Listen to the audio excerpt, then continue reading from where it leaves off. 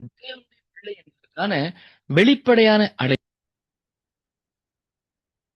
கிறிஸ்துவில் பிரியமானவர்களே, இந்த நாளுக்கென்று தேவன் நமக்கருளி இருக்கிற ஜீவ வார்த்தை ஏசாயாவின் புஸ்தகம் 43வது அதிகாரம் 19வது வசனம். இதோ நான் புதிய காரியத்தை செய்கிறேன், இப்பொழுதே அது தோன்றும். எனக்கு அருமையான சகோதர சகோதரிகளே, இன்றைய நாளில் கர்த்தர் உங்கள் வாழ்க்கையில் புதிய வாசல்களை திறக்கிற நாளாய் வாக்கு பண்ணி ஆசீர்வதிக்கிறார். இன்றைய நாளில் அநேகர் உங்களின் காரியங்களில் வெற்றி கிடைக்க, நல்ல பதிலை பெற்றுக்கொள்ள பல வகைகளில் முயற்சி செய்தும் பலரின் ஆலோசனைகளை கேட்டும் காத்திருக்கிறீர்கள்.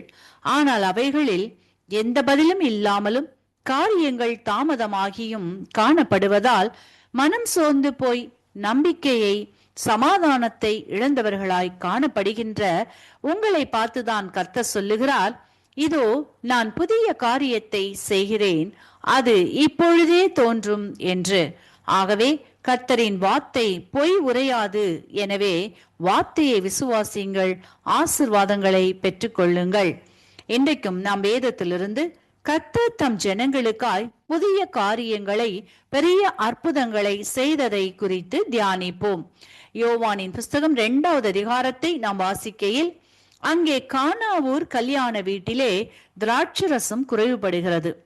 அவ்வேளையில் இயேசு தண்ணீரை மொண்டு வர சொல்லி திராட்சரசம் இருந்த வெறும் பாத்திரத்தில் ஊற்றச் சொல்கிறார். அப்பொழுது தண்ணீர் திராட்சரசமாய் மாறி முன்புள்ள திராட்சரசத்தை காட்டிலும் சுவை நிறைந்ததாய் காணப்படுகிறது. பந்தியில் பரிமாறவும் படுகிறது. வந்தவர்கள் பாராட்டியும் ஆச்சரியம் அடைந்தும் மகிழ்ந்திருந்தனர் என்பதை வாசித்து அறிகின்றோம். இன்றைக்கும் என கருமையானவர்களே, உங்களுடைய வாழ்க்கையிலும் பல வேளைகளில் குறைவுகளும் பலவீனங்களும் இயலாமைகளும் பல தடைகளும் குடும்பத்தில் பிரிவுகளும் வெளியில் சொல்ல முடியாத வேதனைகளோடு இருதயத்தில் பயத்தோடும் கலக்கத்தோடும் எப்படி கல்யாண வீட்டில் குறைவுபட்டு போன திராட்சரசத்திற்காக கலங்கி நின்றார்களோ அப்படியே நீங்களும் இன்றைக்கு கலங்கியவர்களாய் காணப்படலாம். இன்றைக்கு உங்களின் குறைவுபட்டு போன பகுதிகளில் அடைக்கப்பட்ட சூழ்நிலைகளுக்குள் இயேசு பிரவேசிக்கின்றார். தம் ஜீவ தண்ணீரை ஊற்றி நிரப்புகின்றார், புதுப்பிக்கின்றார். அது மட்டும் அல்லாமல் எவைகளுக்காக நீண்ட நாட்களாய் காத்திருந்தீர்களோ அவைகளில் இன்றைக்கு புதிய வழிகளை திறக்கிறார். மேலும் உங்களின் வாழ்க்கையில் முந்தினதை காட்டிலும் பிந்தினதை சுவையுள்ளதாய் நன்மைகளால் நிரப்பி ஆசீர்வதிக்கிறார். விசுவாசத்தை துவக்குகிறவரும் முடிக்கிறவரும் ஆகிய இயேசுவையும் அவரின் வார்த்தையையும் விசுவாசியுங்கள், ஆசீர்வாதங்களை பெற்றுக்கொள்வீர்கள், அற்புதங்களை காண்பீர்கள்.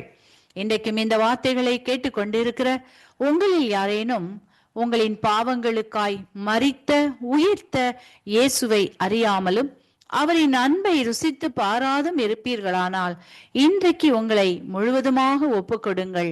உங்களின் குறைவுகளை நிறைவாக்கி முன்பிலும் அதிக சுவையுள்ள வாழ்க்கையை வாழும்படி ஆசீர்வதிப்பார்.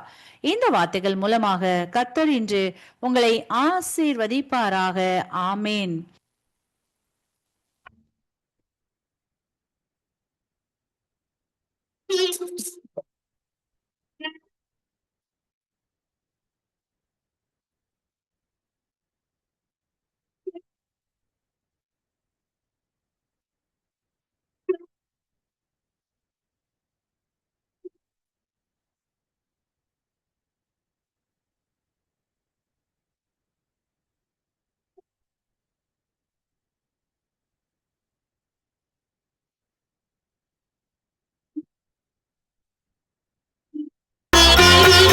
உந்தன் ஆவி எந்தன் உள்ளம் தங்க வேண்டும், எந்த நாளும் உந்தன் நாமம் பாட வேண்டும்.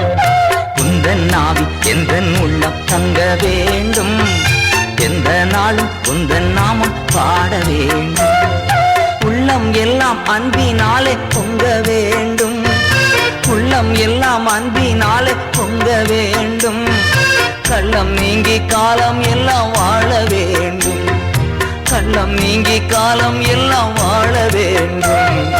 உந்தன் ஆவி எந்தன் உள்ளம் பொங்க வேண்டும், எந்த எந்த நாளும் உந்தன் நாமம் பாட வேண்டும்.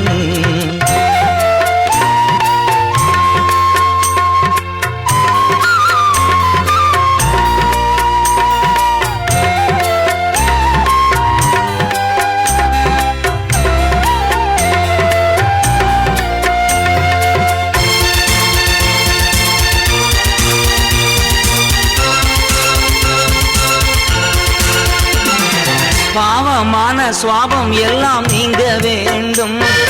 பாவமான சுவாபம் எல்லாம் நீங்க வேண்டும். தேவ ஆவி தேற்றி என்றும் நடத்த வேண்டும். தேவ ஆவி தேற்றி என்றும் நடத்த வேண்டும். உந்தன் ஆவி எந்தன் உள்ளம் தங்க வேண்டும். எந்த நாளும் உந்தன் நாமம் பாட வேண்டும்.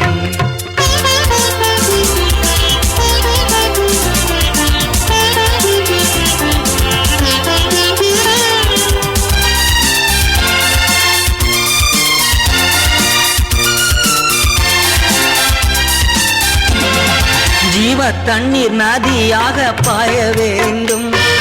ஜீவ தண்ணீர் நதியாக பாய வேண்டும். சிலுவை நிழலில் தேசம் எல்லாம் வாழ வேண்டும். சிலுவை நிழலில் தேசம் எல்லாம் வாழ வேண்டும். உந்தன் ஆவி எந்தன் உள்ளம் தங்க வேண்டும். எந்த நாளும் உந்தன் நாமம் பாட வேண்டும்.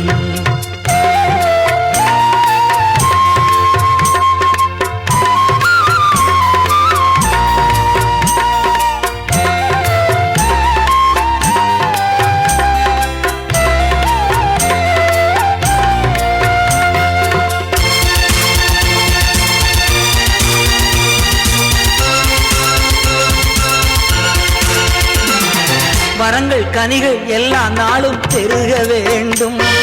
வரங்கள் கனிகள் எல்லா நாளும் பெருக வேண்டும். வாழ்நாளெல்லாம் பணி செய்து மடிய வேண்டும். வாழ்நாளெல்லாம் பணி செய்து மடிய வேண்டும். உந்தன் ஆவி எந்தன் உள்ளம் தங்க வேண்டும். எந்த நாளும் உந்தன் நாமம் பாட வேண்டும்.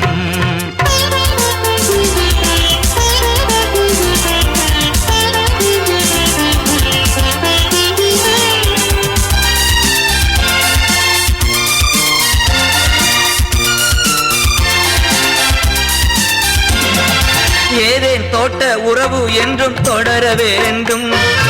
ஏதேன் தோட்ட உறவு என்றும் தொடர வேண்டும்.